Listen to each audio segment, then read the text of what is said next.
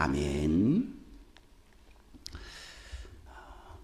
지금으로부터 100여 년 전 1912년 4월 15일에 당시 최고로 안전하고 절대로 침몰할 수 없다고 여겼던 여객선 타이타닉호가 대서양에서 빙산과 충돌해 차가운 바다 속으로 침몰하는 대형 사고가 발생했습니다. 이 사고로 이 배에 탑승한 전체 승객과 승무원 2224명 중에 약 70%인 1514명이 수장되었고 겨우 30%인 710명 정도가 구조됐다고 합니다. 이 침몰 사고는 당시로는 너무나도 유명한 사건이었기 때문에 그 사건 이후 100년이 지난 지금에도 그 사건을 다룬 영화가 다시 상영되기도 합니다. 100년 전에 침몰한 타이타닉호에 관한 이야기들이 오늘날 사람들 사이에서 다시 회자되는 모습을 지켜보면서 우리가 살아가는 이 인생살이 자체가 고난의 바다를 항해하는 것과 같다고 생각합니다. 그래서 우리는 늘 고민합니다. 과연 이 험한 세상을 어떻게 주님을 의지해서 안전하게 항해를 하면서 주님께서 인도하시는 그 소망의 항구에 무사히 도착할 수 있을까? 어떻게 하면 내가 속한 가정, 그리고 직장, 그리고 우리의 모든 환경 가운데 배가 중간에 어려움을 겪거나 파손하지 않고 무사히 소망의 항구에 잘 도착할 수 있을까? 오늘 본문에서 사도 바울은 예루살렘으로에서 로마로 압송되어 가는 과정에서 자신이 탄 배가 파손이 되는 절체절명의 위기 상황에 직면합니다. 그런데 이런 위기가 닥치기 이전에 먼저 사도 바울이 로마로 압송되는 과정은 두 가지 이유가 하나로 얽혀 있습니다. 하나는 유대인들이 예수님의 복음을 전하는 사도 바울을 미워해서 그를 죽이려고 했기 때문입니다. 유대인들은 자기들 힘으로 사도 바울을 죽일 수 없어서 로마법 소요죄로 고소를 해서 바울을 로마 감옥에 가둡니다. 그런데 당시 사도 바울을 신문하는 로마 관리들과 총독들은 사도 바울이 유대인들로부터 시기를 받고 있지만 사형에 해당하는 죄를 지은 것은 아니라는 사실을 알게 되었습니다. 하지만 유대인들이 너무 시끄럽게 달려들면 폭동이 일어날 것 같아서 골치 아픈 이 뜨거운 감자를 자기들이 해결하기 싫어 본국인 로마 황제 가이사에게 또 넘기려는 속셈도 있었습니다. 사도 바울이 로마로 올라가는 또 다른 이유는 단순히 유대인들의 억울한 소송을 면하려는 법적인 문제만이 아니라 결국 예수 그리스도의 복음이 로마에까지 그리고 로마의 최고 권력자인 황제에까지 전해져야만 한다는 사명의식 때문이었습니다. 사도행전 23장 11절을 보면은 사도 바울이 로마의 천부장이 주재한 공회에 들어가서 유대의 대제사장 아나니아 앞에서 예수 그리스도의 복음을 전합니다. 그래서 성령께서 바울에게 나타나셔서 이렇게 말씀합니다. 지금 감옥에 갇혔지만 담대하라. 네가 예루살렘에서 나의 일을 정언한 것 같이 로마에서도 정언해야 하리라. 이렇게 사도 바울은 자신의 무고를 변호하려는 법률적인 이유와 로마의 복음을 전해야 한다는 영적인 사명을 가지고 죄수의 신분으로 배를 타고 로마로 가게 된 겁니다. 그렇게 해서 27장 1절을 보면 가을철에 지중해의 바람이 거세지기 시작하면서 바울이 탄 배는 가까스로 지중해 중간에 있는 그레데 섬에 도착하게 됩니다. 성경은 그때가 금식하는 절기가 이미 지났을 때라고 말합니다. 여기서 금식하는 절기는 9월부터 10월 정도에 있는 속죄일을 가리키는데 사도 바울은 복음 전도 때문에 지중해를 여러 번 항해를 해본 경험을 가지고 늦가을에 지중해를 통과해서 로마로 가는 것은 매우 위험하니 항해의 시기를 늦추고 그레데 섬에서 겨울을 보내고 나서 그 다음 해 봄에 항해를 시작할 것을 제안합니다. 마치 우리가 가까운 울릉도를 갈 때 이 겨울 울릉도를 가면은 쉽지 않은 모습들, 갔다가 잘못하면 발이 묶일 수 있는 그런 모습들이 있습니다. 결국 그 모습 때문에 그렇게 이 바울은 제안한 겁니다. 하지만 당시 항해의 책임자였던 백부장이 선장과 선주의 말을 더 신뢰하면서 항해가 계속됩니다. 배를 가지고 있는 선주와 선장의 입장에서는 시간이 곧 돈이고 배를 놀리는 것은 금전적으로 손해입니다. 그래서 이 정도면 충분히 항해할 수 있다고 바울의 주장을 반박했던 겁니다. 물론 당시 선장과 선주도 그레데 섬의 미항에서 즉시로 로마로 항해할 생각은 아니었습니다. 다만 베닉스라는 항구가 미항보다는 로마 쪽에 좀 더 가까운 곳에 위치해 있고 또 항구 규모도 더 크기 때문에 그곳에서 월동하는 것이 좋겠다고 생각하고 항해를 시작했던 겁니다. 11절을 보면 마침 남풍도 순하게 불어서 항해가 순조로운 줄 알고 그렇게 떠났지만 그것은 오히려 크나큰 판단착오였습니다. 14절에 유라굴로라는 광풍이 휘몰아치면서 배는 이제 통제불능의 상태가 되었고 사람의 힘으로 조종할 수 없는 그런 상태가 되고 말았습니다. 죽음의 시커먼 그림자가 시시각각으로 이 배를 집어 삼킬 것처럼 달려들면서도 사도 바울을 포함해서 배 안에 모두가 다 생명을 잃을 것 같은 절체절명의 상황에 빠져들게 된 것입니다. 하나님을 믿는 우리는 세상 다리가 힘들어지면 또는 삶의 고난이 닥치면 본능적으로 이런 질문을 합니다. 혹시 내가 무슨 죄를 지어서 하나님이 나에게 이런 벌을 주시는 것은 아닐까? 물론 우리가 죄를 지어서 하나님이 벌을 주실 때도 있습니다. 그럴 때는 자신을 돌아보고 반성하고 근신하고 회개해서 자신의 잘못과 실수를 다시 반복하지 않겠다는 결단이 필요합니다. 하지만 오늘 사도 바울이 유라굴로 광풍에 빠진 것은 그가 하나님 앞에서 무슨 죄를 지어서도 아니고 또 하나님께로부터 무슨 벌을 받았어도 아닙니다. 또 하나님께서 사도 바울을 특별히 연단하기 위함도 아니었습니다. 21절에서 사도 바울은요 이렇게 말합니다. 여러분이요 내 말을 듣고 그레데에서 떠나지 아니하여 이 타격과 손상을 면하였더라면 좋을 뻔하였느니라. 사도 바울의 이 말 속에는 사도 바울의 인생과 그 주위 사람들 모두를 향한 하나님의 참뜻이 들어 있습니다. 하나님이 정말로 원하시는 것은 이 배가 그레데에서 떠나지 않아서 풍랑 속에서 고통을 받지 않는 것, 또 배가 부서지는 타격과 손상을 면하는 것이었습니다. 저와 여러분이 사망의 음침한 골짜기로 들어가서 그 속에서 끔찍한 고통을 당하지 않는 것이 하나님이 진정 원하시는 것이다라는 겁니다. 주님이 때로는 나에게 고통을 허락하신다라는 것은 내 마음속의 신앙 고백이지 다른 사람의 불행에 대해서 그렇게 할 말은 결코 아니다라는 겁니다. 이것을 우리는 명심해야 됩니다. 고통은 결코 주님이 원하시는 것 아닙니다. 그럼에도 불구하고 우리에게 고통이 찾아오는 것은 결국 이 세상을 지배하는 사탄과 죄악의 영향 때문입니다. 죄 때문에 하나님께서 신자에게 징벌을 내리실 때도 있습니다. 하지만 그것이 아니더라도 신자가 고난을 당할 수밖에 없는 이유는 불신자들의 타락한 가치관 때문입니다. 이 세상은 주님이 오시기 전까지는 천국이 아닙니다. 그래서 이 땅은 여전히 죄악으로 말미암아 타락한 상태에 머물러 있고 이 땅에 아직도 사탄과 마귀가 들끓고 있고 불신자들과 심지어 신자들까지도 그런 악한 영들의 영향을 받고 살아가고 있습니다. 그래서 불신자들의 잘못된 가치관 때문에 사악한 결정과 판단을 내리게 되고 그 잘못된 결정 때문에 신자들도 죽음의 절벽 가장자리에까지 떠밀려 가는 그런 상황이 되고 만다라는 겁니다.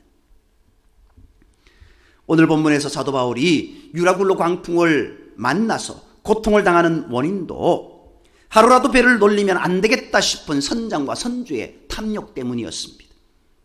조금 더 기다렸다가 항해를 하면 안전하겠지만 눈앞에 당장의 이익을 위해서, 고수익을 위해서 고위험을 감당하겠다라는 겁니다. 말하자면 오늘 사도 바울은 선장과 선주의 탐욕 때문에 유라굴로라는 어지러운 청룡열차를 타고 있는 겁니다. 그런데 문제는 그 고수익이라는 것이 항상 가진 자들의 몫일 뿐이고, 일이 잘 풀려서 가진 자들이 고수익을 거두면 문제가 없을런지 모르지만 일이 잘 풀리지 않으면 그 희생의 대가를 가지지 못한 사람들이 감당해야 하는 것이 이 세상의 생리라는 겁니다.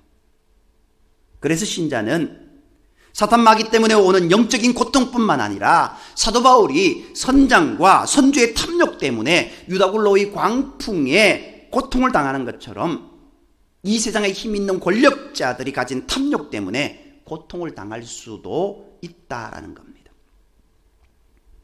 지금 전 세계가 침체의 늪으로 빠져들어가고 있습니다. 경제가 끝을 모르고 타락합니다. 이렇게 빠져들어가는 원인은 작년 2월에 발생한 러시아 우크라이나 전쟁, 그것으로 인한 모습들도 있습니다. 물론 그 앞으로 가면은 코로나의 모습 때문에 기인되었죠. 코로나로 인해서 힘든데 엎친 데 덮친 격으로 러시아 우크라이나 전쟁이 해를 넘겨 계속되어 있습니다. 코로나 많이 회복되어 있다고 하지만 아직 이 코로나 팬데믹의 긴 그림자는 우리 주변을 떠나지 않고 있습니다. 식량과 에너지 공급은 여전히 불안한 가운데 반도체 원자재 등 전략자산의 조달뿐만 아니라 일상 상품의 안정적인 공급도 여전히 확신할 수 없는 상황입니다. 기후변화는 가속화하고 미중 간의 경쟁과 자국우선주의도 심화되고 있습니다. 이로 인하여서 우리는 더 큰 어려움에 봉착해 있지 않습니까? 2008년 글로벌 경제 위기 이후 지속되어 온 확장적 통화 정책은 과잉 유동성을 발생시켜서 40년 만에 인플레이션 시대로 돌아가게 만들었습니다. 인플레이션을 막기 위해서 빠른 금리 인상은 오히려 경기를 빠르게 하강시켜서 취약국을 중심으로 경제 위기가 발생하고 있습니다. 이 부분은 우리도 그대로 체험하고 있는 건 아닙니까? 자꾸 금리는 올라가고 자꾸 우리가 내어야 될 이자 부담은 높아가고 그것으로 인해서 힘든 사람은 더 힘든 지경에 이런 모습들이 있지 않습니까? 사람들은 지쳐가며 정부 재정은 허약해졌습니다. 이렇게 인간의 탐욕과 권력자들의 잘못된 선택으로 전 세계의 경제가 암담한 상황으로 빠져들어가는 상황입니다. 우리가 거듭 확인하는 것은 이러한 모습 가운데, 이러한 세상에는 복음 이외에 해답이 없다는 진리뿐인 줄 믿습니다. 그렇다면 이어지는 질문은 사망이 우리를 삼키려고 어르렁대는 이 세상에서 우리는 과연 어떻게 이 엄침한 골짜기를 무사히 통과할 수 있을까 하는 겁니다. 사도 바울은 지금 죄수의 신분으로 배를 타고 로마로 올라가지만 그 전에 배를 타고 소아시아와 유럽으로 복음을 전하러 자주 다녔었습니다. 사도행전 16장에서 사도 바울은 제2차 전도 여행을 시작하면서 소아시아 지역을 넘어서 유럽의 관문인 마게도냐의 빌립보로 건너가서 복음을 전했습니다. 그 대목이 사도행전 16장 10절에서 11절 말씀에 나옵니다. 역사가 아놀과 토인비는 당시 사도 바울이 빌립보를 향하던 이 항해가 유럽의 역사가 기독교 문명으로 발전하게 된 출발점이라고 평가했습니다. 나중에 역사가 흐른 다음에 결국 이 배는 유럽의 문명 그 시발점이 되겠지만 지금 당장은 풍랑을 만나서 그 영광스러운 미래는 고사하고 한 치 앞도 내다볼 수 없는 위기 상황에 빠져 있습니다. 오늘 우리가 읽은 본문 21절 22절 이하를 보면 죽음의 위협 때문에 모두가 살 소망까지 포기해버린 절망적인 상황입니다. 그런 상황에서 사도 바울이 어떻게 외치고 있습니까? 여러분 안심하십시오. 여러분 중에 한 사람이라도 생명을 잃지 않을 것입니다. 왜냐하면 하나님께서 나에게 하나님이 맡기신 사명, 그 사명을 주셨기 때문에 그렇게 되지 않습니다 라고 이야기합니다. 나는 로마로 가야 하고 로마 황제 가이사 앞에 서서 주님이 나에게 맡기신 복음을 전해야 합니다. 이번 항해는 바로 그런 하나님의 목적 때문에 하나님이 친히 시작하신 항해입니다. 여러분은 돈을 벌기 위해서 이번 항해를 시작한 것이 아닙니다. 나를 로마로 가이사 앞으로 데리고 가도록 하나님께서 고용하신 사람들입니다. 그러니 절대로 여러분의 생명을 잃어버리는 일은 발생하지 않을 것입니다. 안심하시기 바랍니다. 그렇다면 사도 바울은 어떻게 해서 모두가 다 죽겠다고 통곡하는 이런 절망적인 상황에서 이렇게 놀라운 희망의 메시지를 선포할 수 있었을까요? 그 비결은 사도 바울은 이 풍랑 속에서도 결코 자기와 함께 배를 탄 동료들이 죽지 않으리라는 분명한 믿음이 있었다라는 겁니다. 그 믿음이 어디에서 온 것입니까? 사도 바울의 이 믿음은 폭풍 속에서도 기도하다가 갑자기 떠오른 것도 아니고 갑자기 주님으로부터 기도 응답을 받은 즉흥적으로 받은 것도 아니었습니다. 바울은 맨 처음 회심 직후부터 이런 믿음을 가지고 있었습니다. 사도행전 1장 8절에 오직 성령이 너희에게 임하시면 너희가 권능을 받고 예루살렘과 온 유대와 사마리아와 땅끝까지 이르러 내 증인이 되리라는 그 예수님의 약속의 말씀을 사도 바울은 믿었던 겁니다. 그 약속의 말씀을 다메섹 도상에서 예수님을 처음 만났던 그때만 믿은 것이 아니라 평생 바울은 그 믿음을 가지고 살았습니다. 나를 통해서 이 타락한 세상 로마 땅과 온 땅에 예수님의 복음이 전파되어야 한다.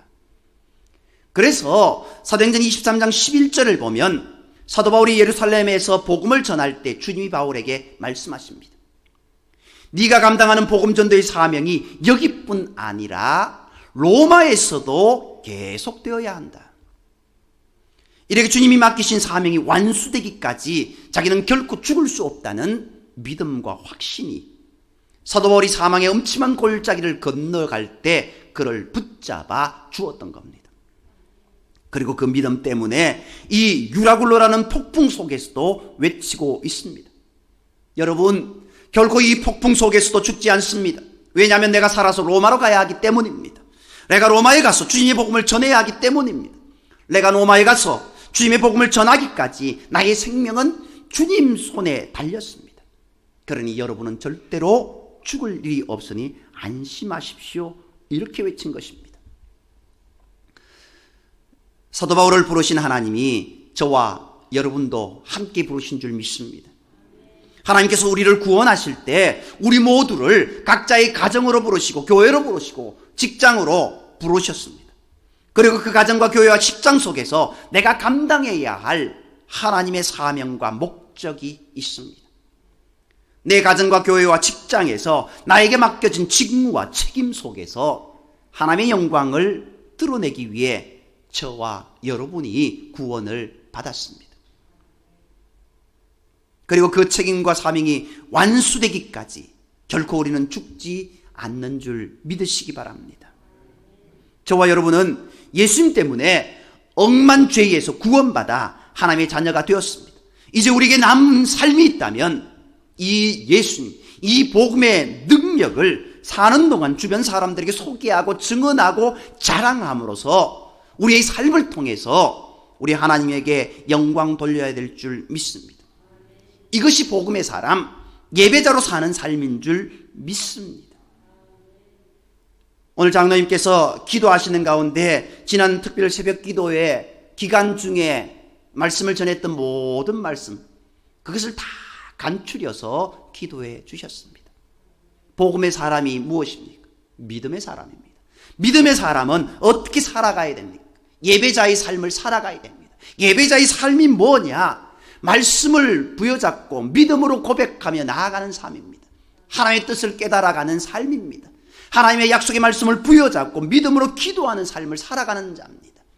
그리고 우리의 삶의 모든 순간순간 하나님이 나를 붙잡아 주시고 인도하심에 감사하며 하나님으로 인하여서 기뻐하며 하나님께 찬송과 영광을 올려드리는 그러한 삶을 살아야 될 것이고, 그리고 우리에게 맡겨진 그 사명 감당하는 삶을 살아가야 될 것입니다. 그것이 예배자의 삶입니다.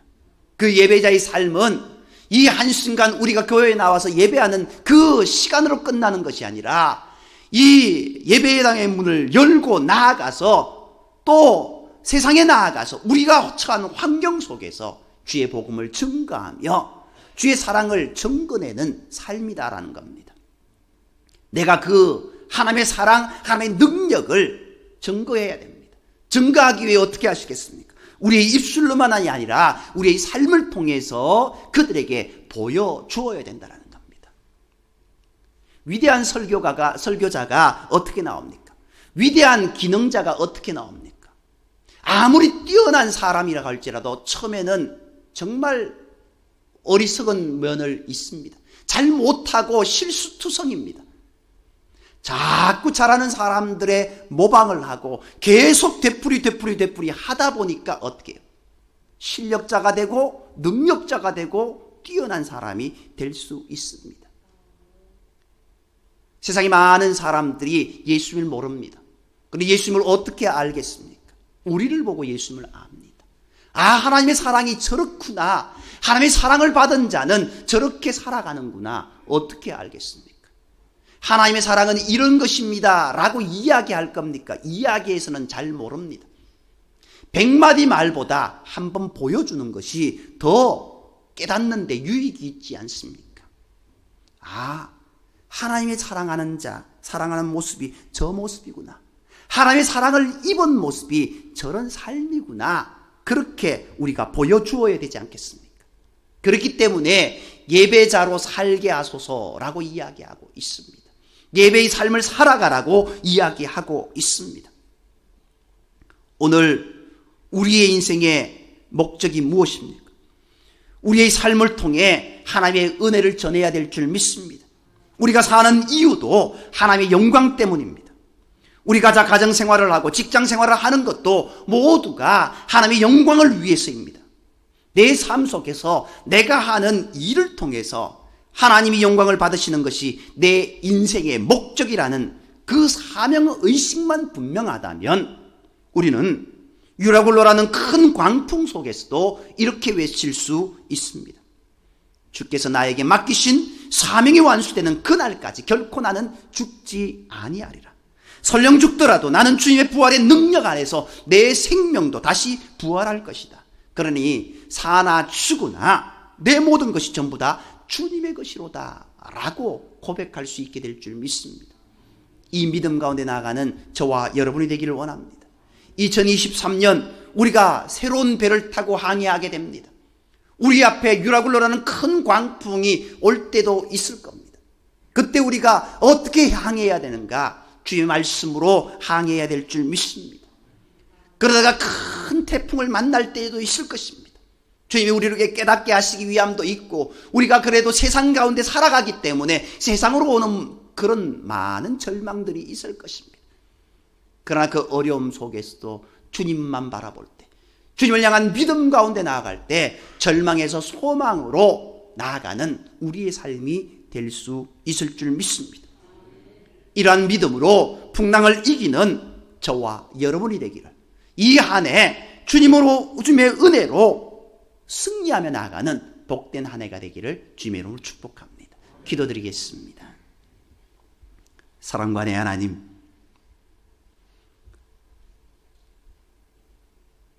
바울이 만났던 큰 풍랑, 그러나 그 모든 것이 하나님의 인도하심이었던 것들을 보게 되고 그 풍랑을 만났다 할지라도 바울은 하나님을 향한 믿음 가운데, 겸고함 가운데 두려움 없이 나아갔던 모습을 보게 됩니다.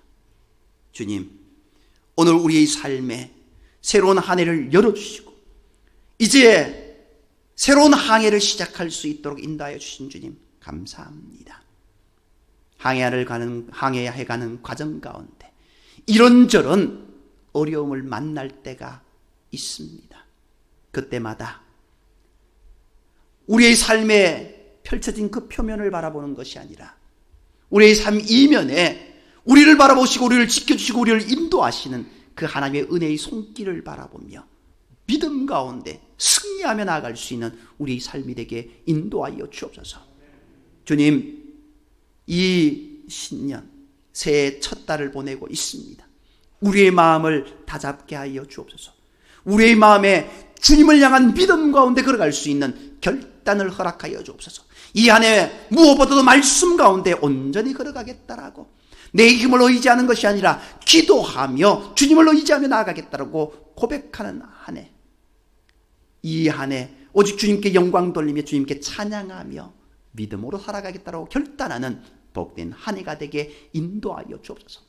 그래서 어떤 문제를 만나더라도 절망함이 아니라 이제 주님 주시는 소망으로 기뻐하며 감사하며 은혜로 살아갈 수 있는 우리 삶이 되게 인도하여 주옵소서. 모든 말씀을 사랑하시는 예수님으로 감사하며